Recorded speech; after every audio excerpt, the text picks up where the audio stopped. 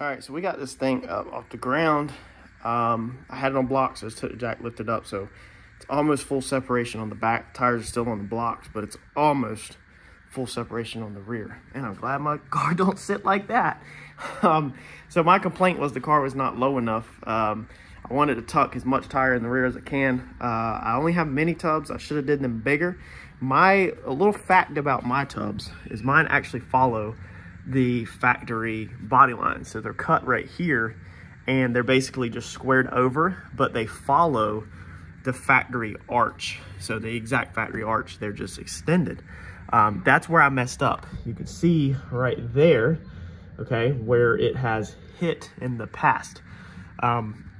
That can be hammered up just a little bit for clearance, but it has hit there in the past. I wish that I would have cut them in the back and arched them more. So if you're doing mini tubs, I highly recommend you do more than you think you need, because I want the car lower and can't go but so low. So we're gonna probably, when we take the wheels off, we're gonna hammer this up, dent this up a little bit, and we're gonna try to sit this down car as low as we can.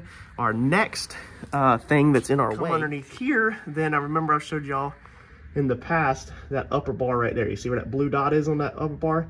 It's because the rear end has smacked it. If we move over here, same thing. See that blue dot? It's because the rear end smacked it. That happened at 710 when we had the car out on the last outing, and it squatted instead of separated. So this car is not designed to squat. It's too, it's too tight to squat up in here. So this car has to separate. So when it comes back out, that will be the setup. So what we're gonna do now, we're moving these shocks. They're mounted in the front of this crossbar. We're moving them to the back. So basically, if I can get a side shot, when your car separates, okay, your rear end is gonna move on a plane like this, okay? Now this is dramatic, but that's how the rear end moves, okay? So as it goes down, it pulls the tires more towards the front of the car. It doesn't move straight up and down with the four link. So what Uncle Mike said is that he wants these shocks on the same plane as the movement. So technically they'd probably be perfect right there on that bar, but we obviously are not gonna put them right underneath the bar, so they're gonna have to come back here more on the plane of the anti-roll bar links. So right now we have the anti-roll bar links on this side of this crossbar. And then the shocks on that side.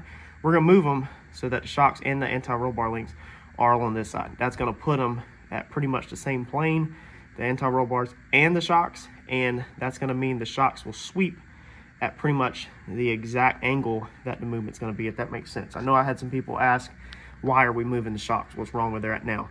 You don't really want the shocks 90 off the ground. That's how they are now, as the car was built with the shocks at a 90-degree angle off the ground, and that's technically it'll work fine, but technically it's wrong, I guess you could say. My amateur opinion, and from what more people smarter than me has told me, we want them to sweep. So let's get these things out, and then we want to go ahead and squat the car down as low as we can physically get it. That way we can pull these springs off, and then we can physically see where we kind of need the mounts to be, and we can, you know, get Uncle Mike over here to help figure out where the mounts are going to be, and we can get our final measurement on our anti-roll bars. All right, so it is the following Sunday, Mother's Day. About lunchtime, decided to come out here, mess around a little. Wife's going to get ready to go see her grandmother. Of course, I have no coilover wrenches here at the house. It's kind of annoying. Look how dirty. I don't know if you can see that. Look how dirty the freaking springs are. So we're about to get them with some brake clean. What we're gonna do is everything that we learned off the front of the car. So we went over a lot on the front, and together we learned a lot. And we learned that you got to have everything set up like you want it from the start. And we also learned something that I did not know at the time of putting all of this together, which is that these things are dirty. We're gonna have to get some paint thinner out. It's got spray paint all over them too. Is that the weight of the spring is actually an important piece to the puzzle, which whenever I built when I built the back of the car, I knew it was important, but I didn't know how critical everything worked together. I didn't fully understand it. You think you understand something until you put it together. So these springs are the Viking 110s. So I ordered 110s with this kit years ago, probably 3 years ago, before I even knew Turbo John, Randy, anybody, because by myself on my own, didn't know anything. So what we want to do now is, I just showed you last weekend, which was a minute ago in this video, that this car has to separate. It can't squat down because of the chassis. So we've always had the car set up where the rear is supposed to separate, not squat down. So nothing new there. However, I have never 100% had the shaft right. So, man, did that thing even go in? Well, I mean, I guess it was in. We've never 100% had the shaft at the 1 inch like we want just on the front. So if you remember when we were building the front, we wanted 1 inch of shaft showing. Same thing in the rear. Being the rear cannot squat, there's absolutely no point in having shaft hanging out because it can't squat down. We'll have 1 inch just so it can absorb some of the impact when you're riding it through the pits or down the street or whatever, but there's no reason to have a lot of shaft showing past that. So we want to set these things. There we go. Should we cut that blooper out or just leave it in? Leave it in. We want to set these things at 1 inch of shaft hanging out and get a measurement. Let's see here. Put the hat back on just so we'll measure off the hat this time. No, okay, so the hat would actually go over the shock. Okay, so the hat inner diameter will clear the shock. So let's set this, let's do, it's 1 3/8. Let's see what it is with the hat on. Maybe we'll do 1 inch with hat on. There's roughly 1 inch right there. So now let's get our overall measurement. And Harper's inside pissed off about something. So our overall spread is going to be 13 inches. Bolt hole center to bolt hole center. Okay. Now that puts our separation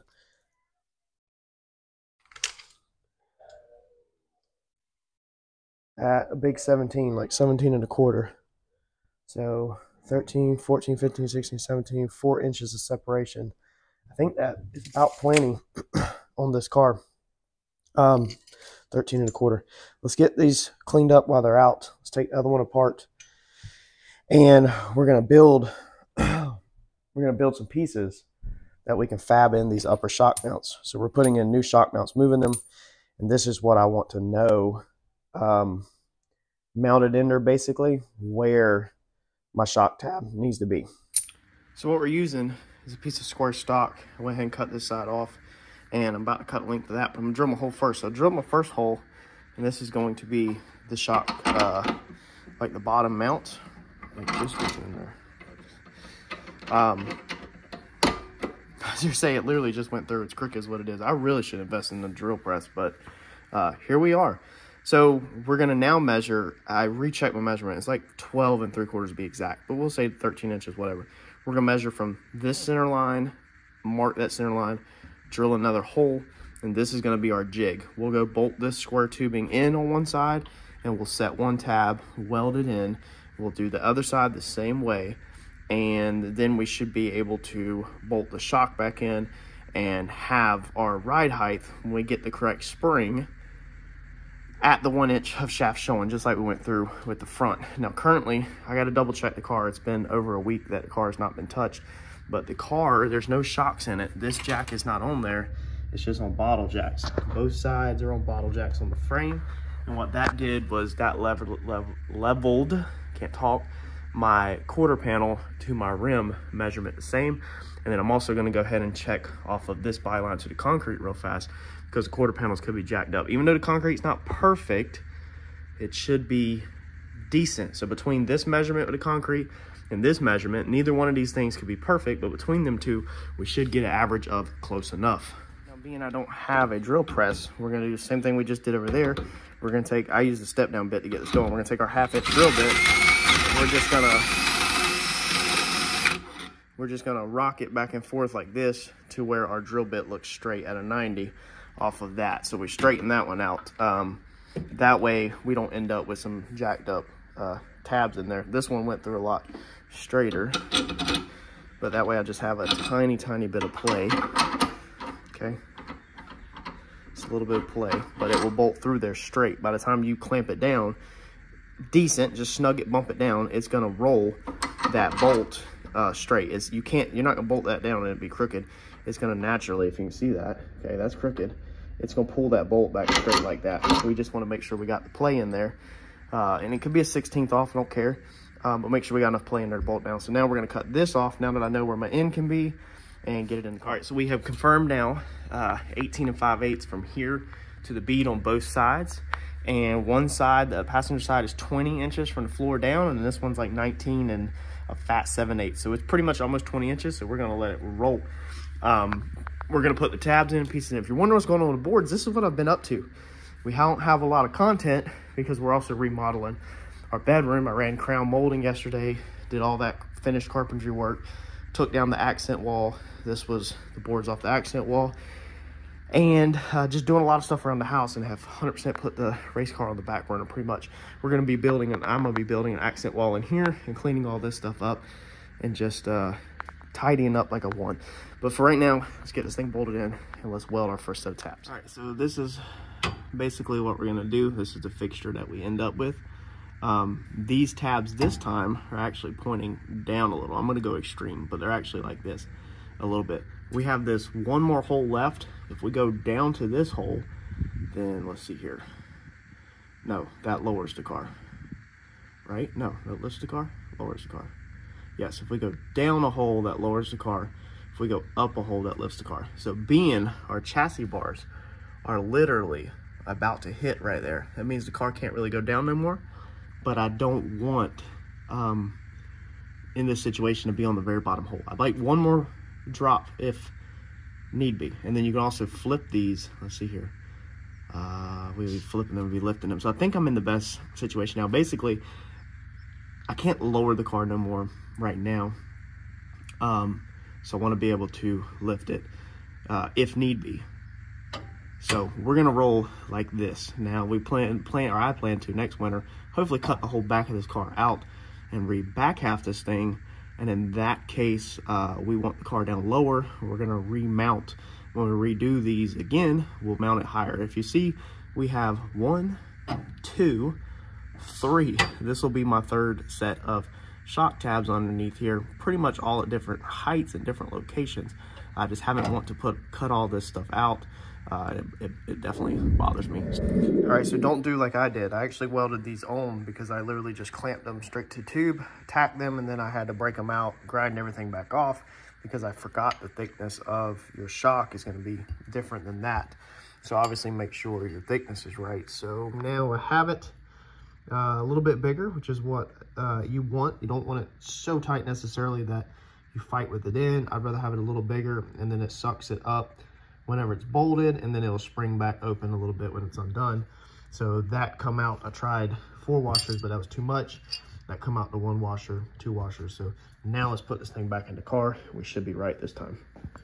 All right, so we got this thing down on the ground. So I do the sway bar links.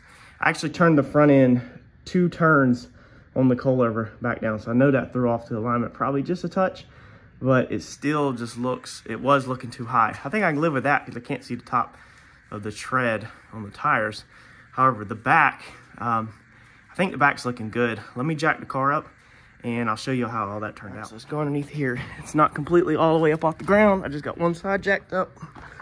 So that's how everything looks now. However, we do not have the amount of separation that we need. So you can see the angle of the shocks now. Okay, we bring it out more. Hopefully y'all can tell. It's kind of hard to capture. I think you can tell right there, okay, the angle of the shocks. We've got more definitely laid back now, like Uncle Mike wanted. It's pretty much straight with the other tabs is what it kind of ended up being. However, one thing I realized quick, okay, we'll go in a minute, Harper. Let me finish this. Harper is killing me. We don't have the separation in the shock that the rear end can separate. So the rear end can separate more than the shock can separate, if that makes sense. So eventually the shock stops and it can't separate no more, and the rear end still technically has more. So I got a gut feeling that we're gonna try it with these. You know, we're not gonna spend no money right now. I really don't want to spend money. And we'll see if we can get these to work. But I got a gut feeling that Mr. Turbo John Racing on YouTube is gonna end up telling me that we are out of rear shock and that we're gonna need a longer, nicer shock on the rear. So y'all make sure you check out his channel if you already have it. Still gotta do the anti-roll bar links. I want it zip tied up. Uncle Mike needs to come over and kind of figure out where he wants it at ride height and extension. He was gonna help me with the tabs. I went ahead and knocked him out. Mike helps me with a lot of stuff, and I decided just to come out here today. One of them situations where you didn't want to just call somebody and schedule something. You kind of just want to move at your own pace, and so that's what I did. I took off the rear shock sensor on this side. Okay, we'll go play with the racetrack here in 1 minute. I can't show you on the camera because she's running around in her freaking underwear with Crocs. She's a mess today. But I took this side shock sensor off because I know I had 4 on all 4 corners originally. A lot of people say you don't need 4, and just to simplify it, I took one off, got the wiring out of here for it, and just put that one back on with our tabs. And now we also don't have the problem of it not reaching. Before, the way it was mounted, it didn't reach. So now that I have these on these adjustable tabs, hold on, Harper, it will reach 100% like it's supposed to. So hopefully this setup works. It should be easy for Mike to get the measurements on these anti-roll bar links. And then I think this thing is really close to ready to dyno. I've got to do the 5/8 studs. I'm not saying I necessarily need them before we go to dyno because it's going to be rolling, it's not dead hook, but the 5/8 studs have to be done. I'll see if I can get them done this week, hopefully. Life's just busy right now, man. Super busy, and this thing's been on the back burner. I don't have great motivation to mess with this car. Hair needs to be cut. So we're going out of town this coming weekend, so no racing for me this weekend or whatever. I'll probably is getting ready to go out of town on Thursday. It's gonna be a super busy week. I'll probably try to finish wrapping the car up this week at night.